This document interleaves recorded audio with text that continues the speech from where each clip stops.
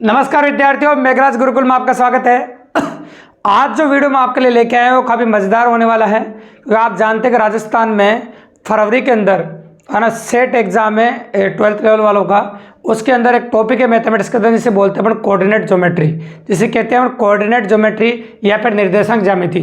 उसके ऊपर direct question possibility आज के एक वीडियो में 100% अपन कोऑर्डिनेट ज्योमेट्री क्वेश्चन एग्जाम में पुटअप होंगे और उसके बारे में डिटेल में चर्चा करने वाले हैं। तो कोऑर्डिनेट ज्योमेट्री के बारे में बात करेंगे, दो बिंदुओं के बीच की दूरी कैसे निकालते हैं उसके बारे में चर्चा करेंगे अपन। कोऑर्डिनेट ज्योमेट्री होती क्या है उसके बारे में बात करेंगे हम आपके सामने। तो सेट जो एग्जाम की प्रिपरेशन कर रहे हैं बच्चे, सेट 12th वाले एग्जाम की, तो उनके लिए वीडियो बहुत शानदार होने वाला है दोस्तों। तो वीडियो को एंड तक देखिए और काफी मजेदार होने वाला है। और अदर कंपटीशन एग्जाम जो भारत का टॉप मोस्ट एग्जाम है एसएससी रेलवे, उनमें तो आता ही है खैर, उसके अलावा सेट एग्जाम के अंदर पॉसिबल है। तो अपन उस हिसाब से बात कर रहे हैं आपके सामने। तो काफी मजेदार होने वाला है और काफी अच्छे से देखिएगा और एक एक बात को आपको क्लियर कराया जाएगा। चलो सुनिए आप। तो निर्देशांक ज्यामिति की बात करें, कोऑर्डिनेट ज्योमेट्री की अगर हम बात करें आपके सामने, तो अपन बात कर सकते हैं आपके सामने एक समतल बनाया मैंने इस प्रकार का, आपके सामने समतल जनरेट कर दिया। इसे कार्तीय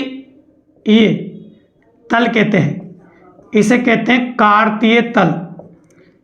जब एक ऊर्ध्वाधर रेखा दूसरी क्षैतिज रेखा को आपस में काटे समकोण पर, तो एक कार्तीय तल का निर्माण करती है। तो अपन कह सकते हैं एक कार्तीय तल का निर्माण करती है। तो अपन ने कार्तीय तल का निर्माण कर लिया और एक कार्तीय तल आपके सामने जनरेट हो गया। अब मैं कह रहा हूँ कार्तीय तल में जो निर्देशांक होते हैं वो एक्स वाई होते हैं। तो जो आगे जो लिखा होता है एक्स, इसे हम भुज कहते हैं। अब पीछे जो वाई लिखा होता है इसे हम कोटि कहते हैं। तो आगे लिखा होता है उसे भुज कहते हैं और पीछे जो लिखा होता है उसे हम कोटि कहते हैं। ठीक है, एक एक बात को बड़ा क्लियरली समझते जाना और अच्छे से देखे क्या कह रहे हैं अपन आपको समझ। तो आगे जो भुज लिखा होता है उसे हम भुज कहते हैं और पीछे लिखा होता है इसे क्या कहते हैं, कोटि। और जो ये सीधी लाइन होती है ये एक्स अक्ष होता है, इस पर मान प्लस में होता है एक्स का, है ना, और इधर जो एक्स का मान होता है वो माइनस में होता है, इसे वाई अक्ष कहते हैं। ये इधर जो मान होता है वाई अक्ष ये प्लस में होता है और इधर कहते हैं माइनस वाई, मतलब वाई अक्ष है ये लेकिन माइनस में होता है। तो वैल्यूज किस प्रकार की हो सकती है देखो सुनिएगा, ये 1 2 3 4 5 ऐसी वैल्यूज हो सकती है। इधर जब जाएगा तो -1 -2 -3 -4 ऐसी हो सकती है। और ऊपर जाने पर हो सकता है 1 2 3 और 4, और इधर जाने पर हो सकता है आपका -1 -2 -3 और -4। इस प्रकार से हो सकता है आपके सामने। ठीक है, कोई दिक्कत नहीं, निर्देशांक बना दिया अपन ने। और आप अच्छी तरह जानते हैं, अगर हम बात करें आपके सामने का पहला चतुर्थांश ये है आपका, इसे पहला चतुर्थांश कहते हैं। ये दूसरा चतुर्थांश है और ये तीसरा चतुर्थांश है आपका, और ये चौथा चतुर्थांश है। जो कह रहे हो उस बात को सुनते जाएगा। ये पहला चतुर्थांश हो गया आपका, ये दूसरा चतुर्थांश हो गया आपका, ये तीसरा हो गया और ये चौथा हो गया। अब पहले चतुर्थांश की बात करें तो इसमें जो भुज होता है वो पॉजिटिव होता है अगर हम बात करें, और कोटि होती है वो भी पॉजिटिव होती है। मतलब इसके जो निर्देशांक है एक्स वाई के फॉर्म में होते हैं, मतलब दोनों धनात्मक होते हैं। और इसकी बात करें अपन तो इसमें जो एक्स होता है मतलब भुज होता है वो ऋणात्मक होता है और कोटि होती है वो पॉजिटिव होती है। तो मतलब इसमें जो निर्देशांक होंगे -x और y होंगे। इसमें निर्देशांक होंगे जो क्या होगा -x और y। और इसकी बात करें दोनों ऋणात्मक होंगे तो हम कह सकते हैं इसके निर्देशांक होंगे -x और -y होगा। और इसकी अगर हम बात करें आपके सामने तो इसमें जो x है वो तो धनात्मक होगा, y क्या होगा, ऋणात्मक हो जाएगा आपका। तो x तो आपका धनात्मक हो जाएगा और y हो जाएगा आपका ऋणात्मक। इस प्रकार से आपके निर्देशांक हो सकते हैं। तो निर्देशांक इस प्रकार से आपको डिलीवर्ड होंगे। इसके बाद अपन बात करें कुछ इंपॉर्टेंट पॉइंट जिसमें डायरेक्ट क्वेश्चंस पुट अप होंगे एग्जाम के अंदर, तो उसके बारे में डायरेक्ट बातें करने वाले हैं अपन। तो देखिए डायरेक्ट बातें कैसी होगी उनके बारे में बात करेंगे। देखिए जैसे मैंने एक पॉइंट लिया आपके सामने, यहाँ पे ये पॉइंट ए है आपका। अभी बोला आपके सामने इस पॉइंट में, पॉइंट ए पर कोटि क्या होगा, भुज क्या होगा, डायरेक्ट ही पूछा जाता है। जैसे मैं ये पूछ रहा हूं आपके सामने, ए की कोटि, पॉइंट बिंदु ए की कोटि, तो कोटि और भुज दोनों पूछता है। ए की कोटि और एक पूछेगा ए का भुज, तो दोनों के अगर ए के निर्देशांक अपन निकाल दें, जैसे आप जानते हैं कि पहले अपन क्या लिखते हैं, भुज को लिखते हैं, भुज कितना है 4 और कोटि कितनी 1। तो इसके जो निर्देशांक आपके सामने आ रहे हैं वो 4 1 आ रहे हैं। तो निर्देशांक हो जाएंगे आपके 4 1, मतलब भुज कितना हो जाएगा आपका 4 आना, और कोटि कितनी हो जाएगी आपकी 1, कोटि आपकी 1 हो जाएगी। इस प्रकार से ये हो गया आपका। इसके बाद इधर भी ले सकते हैं अपन, जैसे मैंने एक पॉइंट लिया आपके सामने, इस पॉइंट को आप बी पॉइंट कह सकते हैं। ये अपन ने बी पॉइंट ले लिया और बी पॉइंट पर अगर बात करें हम आपके सामने तो इसको मिला देते हैं और बी पॉइंट का जो निर्देशांक है आपके वो क्या हो जाएगा 2 - 3। टी लिखा अपन ने, पहले तो एक्स को लिखते तो -3 लिखेंगे, -3 और फिर लिखेंगे अपन 2। ठीक है, माइनस वाला टर्म आगे आ गया आपका।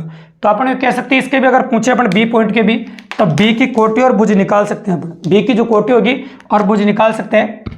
तो बी की कोटि पीछे कितना लिखा है 2, और बी का भुज, बी का जो भुज है आपका वो हो जाएगा आपका कितना -3। इस प्रकार से निकाल सकते हैं। जैसे आगे भी कर सकते हैं, हम निर्देशांक बता देते हैं डायरेक्टली आपको। ये पॉइंट ले लेता हूँ मैं आपके सामने, ये वाला। अब ये पॉइंट सी है, इसके निर्देशांक आपको बताने। तो निर्देशांक क्या हो जाएंगे, पहले एक्स का क्या होगा -2 और फिर क्या होगा -3। तो ये निर्देशांक हो जाएंगे आपके -2 और -3। तो इसमें भुज क्या है -2 और कोटि की है -3। तो लिखने की जरूरत नहीं, अपन ने इधर लिख दिया, कोई दिक्कत नहीं, बिल्कुल नॉर्मली। अब यहाँ भी एक और ले लेते हैं अपन। जैसे ये पॉइंट ले लिया मैंने आपके सामने, ये हाईएस्ट पॉइंट है, ये पॉइंट ले लिया मैंने, इसको यहाँ से मिला देते हैं। यहाँ के जो निर्देशांक होंगे आपके वो क्या हो जाएंगे, भुज तो कितना हो जाएगा 5 और कोटि कितनी हो जाएगी आपकी -4। इस प्रकार से निर्देशांक हो जाएंगे। इस प्रकार से अगर एग्जाम में आपके इजी क्वेश्चन आए, आपके सेट एग्जाम में या फिर जिस एग्जाम की आप तैयारी कर रहे हैं उसमें अगर आपके इजी क्वेश्चन आए तो एक कोटि और भुज पूछ ले तो बिल्कुल सिंपल बात है। अगर आपसे दो बिंदुओं के बीच की दूरी पूछे तो फिर वहां से क्वेश्चन काफी अच्छा बन जाता है। ये तो बेसिक बातें बताई, सारी बेसिक चर्चाएं कैसी होगी। अब बात करेंगे अपन आपके सामने दो बिंदुओं के बीच की दूरी। दो बिंदुओं के बीच की दूरी, दो बिंदुओं के बीच की दूरी। जैसे मैं ये ले लेता हूं, दो बिंदु आपके सामने, ये बिंदु हो गया आपका ए और ये बिंदु हो गया आपका बी। इसके जो निर्देशांक है आपका x1 y1 हो गया और इसके जो निर्देशांक है आपका x2 y2 हो गया। ठीक है, इसके निर्देशांक हो गया x1 y1, इसके निर्देशांक हो गया आपका x2 y2। ठीक है, तो इसकी a और b के मध्य की दूरी आपको ज्ञात करनी है। तो a और b के मध्य की दूरी हो जाएगी आपकी ab, और इस निकालने का जो सूत्र होगा आपका वो क्या होगा, ये डायरेक्टली थोड़ा सा याद रखना पड़ेगा आपको। x1 - x2 का स्क्वायर प्लस y2 माइनस या y1 माइनस y2 का होल स्क्वायर। चाहो तो x2 माइनस x1 भी कह सकते हैं और y2 माइनस y1 भी कह सकते हैं। अगर आप उल्टा भी लिखें तो कोई फर्क नहीं पड़ेगा, आंसर सेम ही आएगा।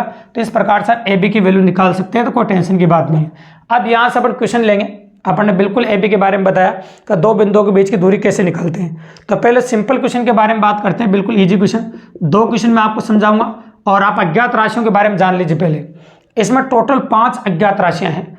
एग्जाम वाला इन 5 अज्ञात राशियों में से कोई सी भी 4 अज्ञात राशियां देकर 5वीं आपसे पूछ सकता है।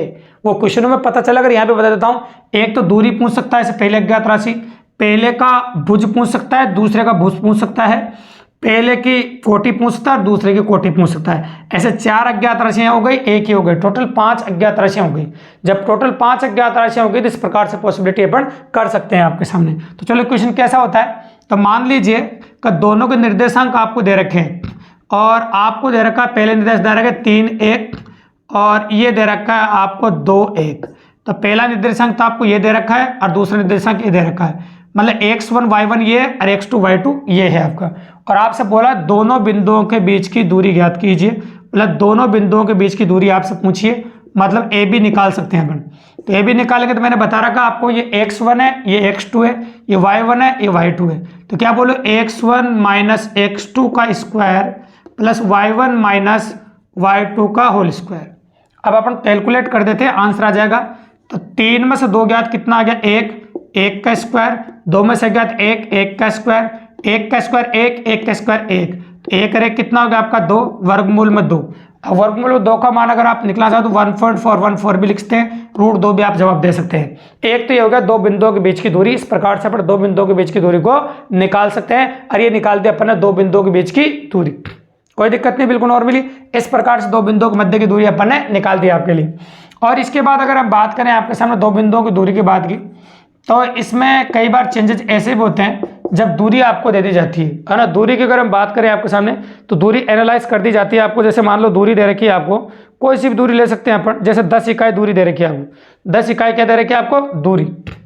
जैसे ए बी दूरी है वो 10 1 दे रखी है आपको, और पहले जो बिंदु आपको वो भी दे रखे हैं आपको। एग्जाम क्वेश्चन ले लेते हैं अपन, और जो पहले बिंदु दे रखे हैं आपको 2 - 3 और 10y, 2 - 3 और 1 दे रखा है 10y, ये बिंदु दे रखे हैं। मतलब दूरी आपको दे रखी है, पहले का भुज दे रखा है, पहले की कोटि दे रखी है, पहले का दूसरे का भुज दे रखा, दूसरे की खोटी आपसे पूछी है, तो डायरेक्ट सूत्र में मान रखेंगे और आंसर पा सकते हैं अपन। तो ए बी का मान कितना आपका 10, बिल्कुल सही बात है।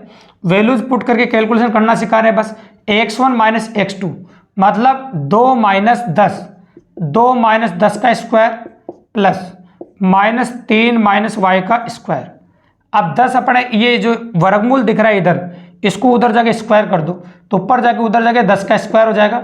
और 2 माइनस 10 कितना होगा, माइनस का 8, और माइनस का 8 का स्क्वायर कितना हो जाएगा आपका 64। ठीक है, अब देखिए यहाँ माइनस 3 है और माइनस वाई का स्क्वायर है।